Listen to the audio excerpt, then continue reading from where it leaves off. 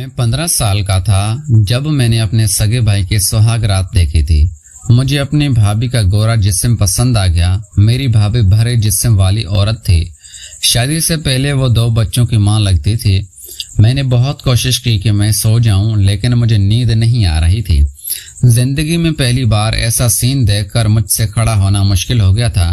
بھابھی کافی تجربے کار عورت ثابت ہوئی تھی، کیونکہ بھابھی بھائی کو بار بار اپنے پیچھے۔ میں سمجھ گیا تھا کہ میری بھابھی کس جگہ کی شوقین ہے۔ دن اسی طرح ہی گزرے۔ روز رات کو میں بھابھی اور بھائی کا شو دیکھتا تھا۔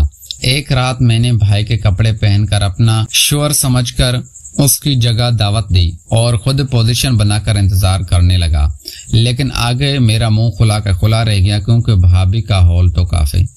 میں دبئی میں کام کرتا تھا اور پورے 5 سال بعد میں دبئی سے واپس آیا تھا۔ اب میرا ارادہ یہی تھا کہ میں مستقل یہیں شفٹ ہو جاؤں، مگر یہ ارادہ میرا تب تک تھا جب تک میں نے اپنے حسین خوبصورت بھابھی جان کو نہیں دیکھا تھا۔ میں نے اپنا سامان اپنے کمرے میں رکھا اور بھائی کی بارات کے ساتھ ہال میں پہنچ گیا۔ جیسے ہی ہال کے اندر داخل ہوا تو سامنے اسٹیج پر بیٹھی بھابھی کو دیکھتے ہی رہ گیا۔ وہ بے انتہا خوبصورت لڑکی تھی۔ میں سامنے ایک ٹیبل پر بیٹھ گیا۔ مجھے اپنے بھائی کی قسمت پر رشک آنے لگا۔ حالانکہ میرا بھائی نین نقش میں بھی بس عام سا تھا، کوئی خوبی نہیں تھی اس میں۔ پتہ نہیں اتنی حسین لڑکی کو میرے بھائی میں نظر کیا آ گیا تھا جو وہ شادی کے لیے تیار ہو گئی۔ کچھ ہی دیر میں نکاح کی رسم ہوئی اور میرا بھائی اپنی بیوی کے برابر میں بیٹھ گیا، اور مجھے یہ شادی کی جوڑی لگ رہی تھی۔ کہاں وہ حسن کی دیوی اور کہاں میرا بھائی حور کے ساتھ لنگور۔ مجھے لگا شاید یہ ارینج میرج ہے، اسی لیے لڑکی کے والدین نے لڑکی کو میرے بھائی کی تصویر نہیں دکھائی ہوگی، ورنہ اتنی حسین لڑکی کیسے میرے بھائی کے لیے راضی ہو سکتی تھی۔ لیکن مجھے حیرت اس وقت ہوئی جب میرا بھائی اپنی بیوی کے پاس جا کر بیٹھ گیا اور اس کے چہرے پر مسکان سی آ کر ٹھہر گئی۔ میرا بھائی اس کے کان میں سرگوشیاں کر رہا تھا، جس پر وہ شرمائے مسکرا رہی تھی۔ یہ دیکھ کر میرا جی چاہا کہ وہیں سے جا کر اس کو اسٹیج سے بھگا دوں اور اس کی جگہ خود بیٹھ جاؤں، جس نے میرے دل میں اپنے حسن کا طوفان برپا کر دیا تھا۔ میں اٹھ کر اسٹیج پر آ گیا اور میں اپنے بھائی اور بھابھی کے بیچ میں کھڑا ہو گیا۔ مجھے دیکھ کر میرا بھائی مسکرا کر کہنے لگا، میرو یہ میرا چھوٹا بھائی ہے احمر، آج ہی یہ دبئی سے آیا ہے۔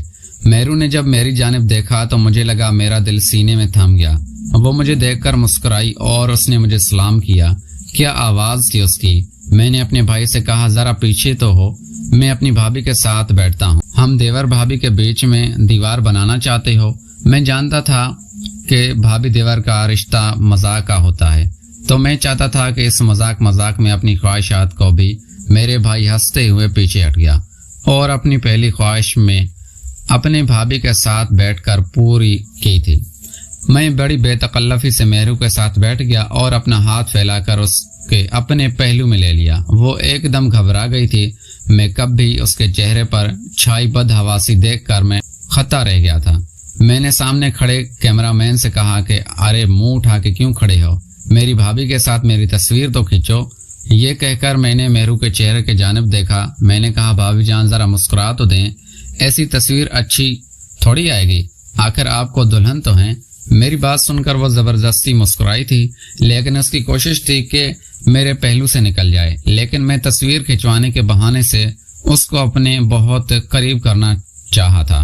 کافی دیر بعد میں نے اسے اپنی گرفت سے آزاد کیا۔ میرا بھائی میری اس طرح کی حرکت سے واقف نہیں تھا، اور ایسی بے تکلفی اکثر دیور بھابھیوں کے ساتھ دکھائی رہتے ہیں۔ ایسے ہمارے معاشرے میں اتنا برا بھی نہیں سمجھا جاتا، لیکن میری نیت میں فرق تھا۔ میں نے تو پہلی نظر میں اپنی بھابھی کو کبھی بہن سمجھ کر نہیں دیکھا تھا۔ بہرحال رخصت ہو کر میرے بھابھی کے ساتھ گھر آ گئے۔ ہم دونوں بھائیوں کے علاوہ اور کوئی نہ تھا، اسی لیے میرے والدہ مہرو کو میرے بھائی کے کمرے میں چھوڑنے چلی گئی اور بھائی میرے ساتھ بیٹھ گیا۔ کہنے لگا، تم اتنی دیر سے یہاں پہنچے ہو، تم سے بات کرنے کا موقع ہی نہیں ملا، اور اب بھی میری دلہن میری منتظر ہوگی، اسی لیے تم سے میں کل بات کروں گا۔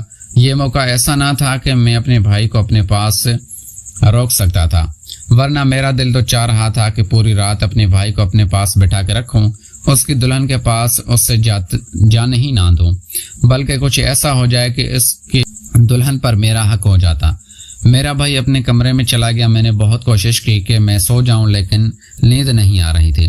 میں جب بھی مجھے یہ خیال آتا کہ میرا بھائی اپنی بیوی کا ہاتھ پکڑے اس سے رونمائی کی انگوٹھی پہناتا رہا، اس کے حسن پر قصیدے پڑھتا رہا ہوگا، اس کے قریب جانے کی کوشش کر رہا ہوگا، میرے بے چین دل کو قرار نہیں آ رہا تھا۔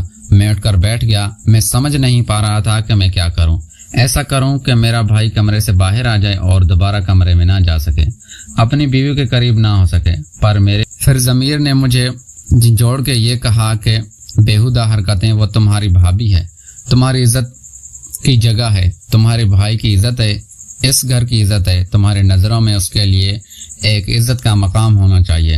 لیکن میں نے آج تک کون سی اپنے ضمیر کی بات سنی جو اب سننا۔ میں نے دبئی میں بھی عیاشی کی تھی، مجھے عادت تھی اور ایسے گناہ کرتا بھی تھا۔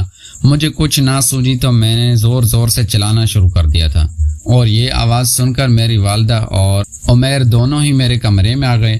میں نے دونوں ہاتھوں سے اپنا سر جکڑ لیا۔ میں نے کہا کہ میرے سر میں شدید درد ہو رہا ہے، مجھ سے برداشت نہیں ہو رہا، مجھے لگتا ہے میرا سر پھٹ جائے گا۔ میری حالت دیکھ کر میری والدہ اور عمیر دونوں ہی پریشان ہو گئے۔ والدہ مجھ سے کہنے لگی کہ اسے ڈاکٹر کے پاس لے جاؤ، پتہ نہیں اسے کیا ہو گیا ہے۔ اچانک عمیر کہنے لگا، ہو سکتا ہے سفر کر کے آیا ہے اور آتے ہی شادی کے ہنگاموں میں لگ گیا ہے۔ وہ مجھے ڈاکٹر کے پاس لے گیا۔ ڈاکٹر کے سامنے بھی میں نے یہی ڈرامہ جاری رکھا۔ ڈاکٹر نے مجھے پین لے کر دی، مجھے درد تھا لیکن مجبوری میں مجھے ڈاکٹر کو چیک تو کروانا تھا۔ لیکن اس کے بعد میں نے بھی کہا کہ میرے سر میں بہت درد ہے۔ اس نے مجھے نیند کی میڈیسن بھی دے دی۔ کہنے لگا، آپ کی نیند پوری نہیں ہوئی، آپ گھر جا کے سو جائیں تو ٹھیک ہو جائیں گے۔ میں اپنے گھر واپس آ گیا۔ عمیر ہی مجھے میرے کمرے میں لایا تھا۔ میری والدہ بھی پریشان بیٹھی تھی اور مہرو اپنے شوہر کے منتظر پریشان بیٹھی ہوگی۔ ایسے سوچنے تو مجھے مسکرانے پر مجبور کیا تھا۔ میں یہی چاہتا تھا کہ وہ سجی سمری اکیلی رات گزارے، اسی لیے جیسے ہی میں بیڈ پر لیٹا، عمیر مجھے آرام کرنے کی تلقین کر کے جانے لگا۔ پیارے دوستو، اگر آپ کو یہ ہماری کہانی پسند آئی ہے تو اس ویڈیو کو لائک کر کے چینل کو لازمی سبسکرائب کریں۔ ملتے ہیں اگلی ویڈیو میں۔ Thanks for watching.